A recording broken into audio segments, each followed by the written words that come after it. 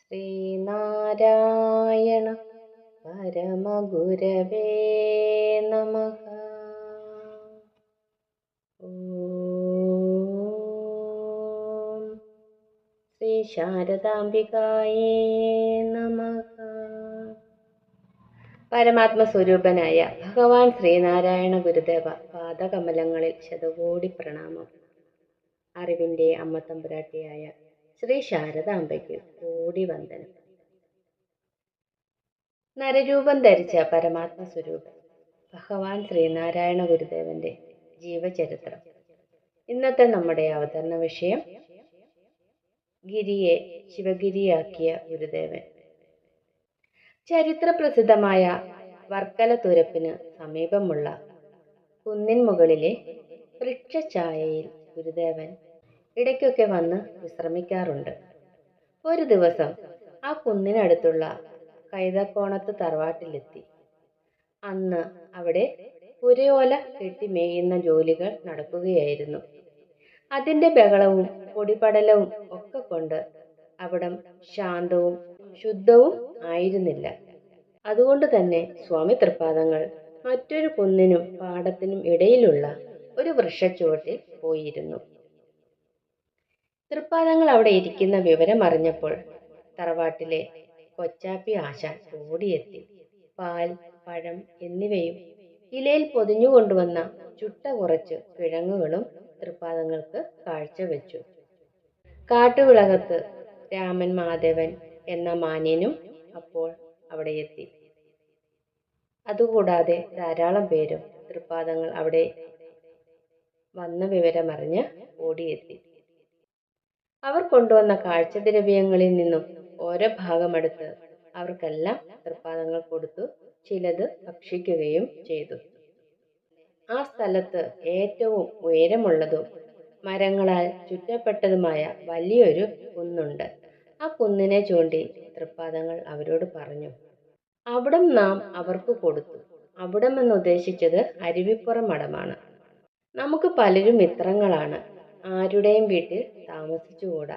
ആ കുന്നിൻ്റെ മുകളിൽ, അതായത് കൈ ചൂണ്ടി കാണിച്ച ആ കുന്നിനു മുകളിൽ ഒരു മാടം കെട്ടിച്ച് തരണം. അത് മടലുകൊണ്ടായാലും മതി. തൃപ്പാദങ്ങൾ പറഞ്ഞത് അരുവിപ്പുറം അവർക്ക് കൊടുത്തു. അതായത് ക്ഷേത്രപ്രതിഷ്ഠ കഴിഞ്ഞു പൂജയ്ക്കായി ഭൈരവൻ ശാന്തികളെ, നിത്യപൂജയ്ക്കായി ഭൈരവൻ ശാന്തികളെ ഏർപ്പാടും ചെയ്തു. ധാരാളം ആളുകളുടെ പ്രവാഹവുമായി. അങ്ങനെ ആളുകൾ നിത്യവും വന്നു തുടങ്ങിയപ്പോൾ ആകെ ബഹളമായി. ശാന്തമായ അന്തരീക്ഷത്തിലിരുന്ന് സ്വാമി തൃപ്പാദങ്ങൾക്ക് ധ്യാനത്തിന് കഴിയാതെയായി. അങ്ങനെ വന്നപ്പോഴാണ് മറ്റൊരു സ്ഥലം അന്വേഷിച്ച് കൈതക്കോണത്തിൽ എത്തിയത്. തൃപ്പാദങ്ങൾ പറഞ്ഞത് എന്താണ്? ആ കുന്നിൻ്റെ മുകളിൽ ഒരു മാടം കെട്ടിച്ചു തരണം. അത് മടലുകൊണ്ടായാലും മതി.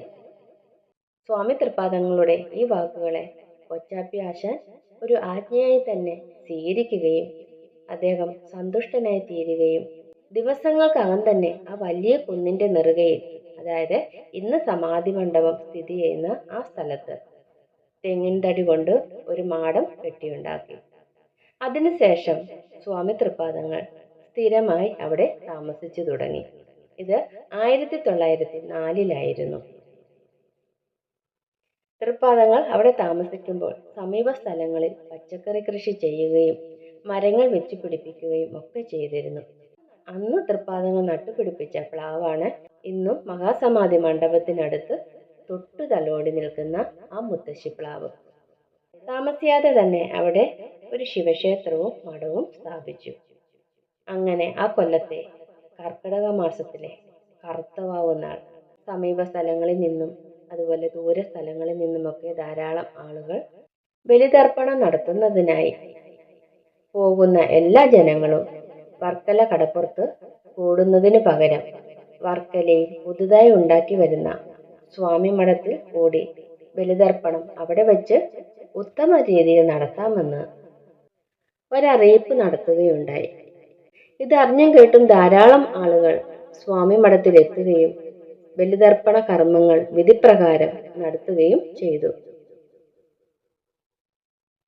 ചില യോഗ്യന്മാർ തൃപ്പാദങ്ങളുടെ ആജ്ഞപ്രകാരം ധർമ്മകാര്യങ്ങളെക്കുറിച്ച് അവിടെ അന്ന് പ്രസംഗം ചെയ്യുകയുണ്ടായി.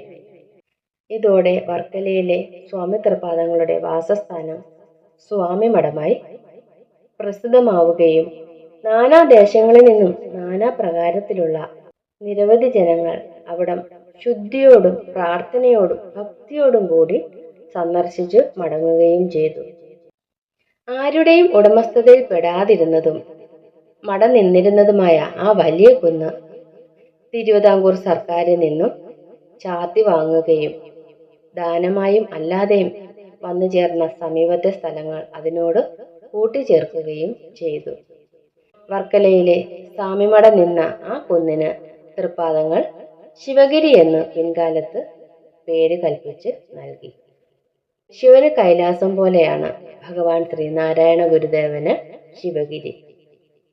ക്രമേണ ശിവഗിരി മഠത്തോട് ചേർന്ന് ഒരു സംസ്കൃത പാഠശാലയും നെയ്ത്തുശാലയും അതുപോലെ തന്നെ താഴെത്തട്ടിലുള്ള ജനങ്ങൾക്കായി ഒരു നിശാ പാഠശാലയും ഏർപ്പാട് ചെയ്തു. പിൻകാലത്ത് ശിവഗിരി മഠത്തിന് സമീപത്തായി ഒരു ഇംഗ്ലീഷ് മീഡിയം സ്കൂൾ തൃപ്പാദങ്ങൾ സ്ഥാപിക്കുകയുണ്ടായി. പല ദേശങ്ങളും സഞ്ചരിച്ചാണ് സ്വാമി തൃപ്പാദങ്ങൾ ഇതിനുള്ള പണം സമ്പാദിച്ചത്. ഈ സ്കൂൾ നിർമ്മിക്കുന്നതിനുള്ള പണം സമ്പാദിച്ചത്.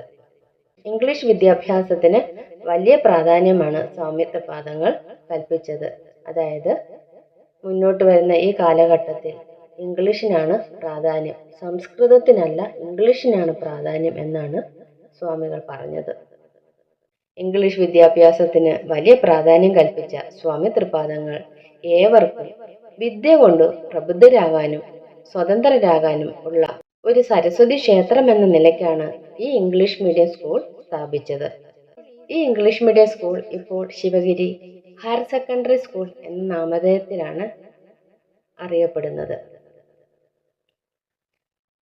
ഭഗവാൻ ശ്രീനാരായണ ഗുരുദേവനാൽ സംസ്ഥാപനം ചെയ്യപ്പെട്ട വിദ്യാലയങ്ങളും തൊഴിൽശാലകളും ക്ഷേത്രങ്ങളും ഉണ്ടാക്കിയ പരിവർത്തനങ്ങളും പരിഷ്കാരങ്ങളും കൊണ്ട് ജീവിതത്തിന്റെ ഗതിയെ ഉയർത്തുവാൻ തക്കവിധം അധസ്ഥിത ജനവിഭാഗങ്ങൾ അതോടെ ഉണരുവാനും പ്രബുദ്ധരാകുവാനും തുടങ്ങി. നാം മുമ്പ് പറഞ്ഞതുപോലെ ശിവന് കൈലാസം എന്ന പോലെ ഗുരുദേവന് ശിവഗിരിയും ജനങ്ങളുടെ ചിത്തങ്ങളിൽ നിറഞ്ഞ് പ്രകാശിച്ചു. സജ്ജനങ്ങളായ പ്രിയാത്മ സഹോദരരെ, ഇന്നത്തെ ഈ അവതരണം ഇവിടെ സമാപ്തി കുറിക്കുന്നു. ഗുരുവും ശ്രീനാരായണ ധർമ്മം വിജയിക്കട്ടെ. ഓ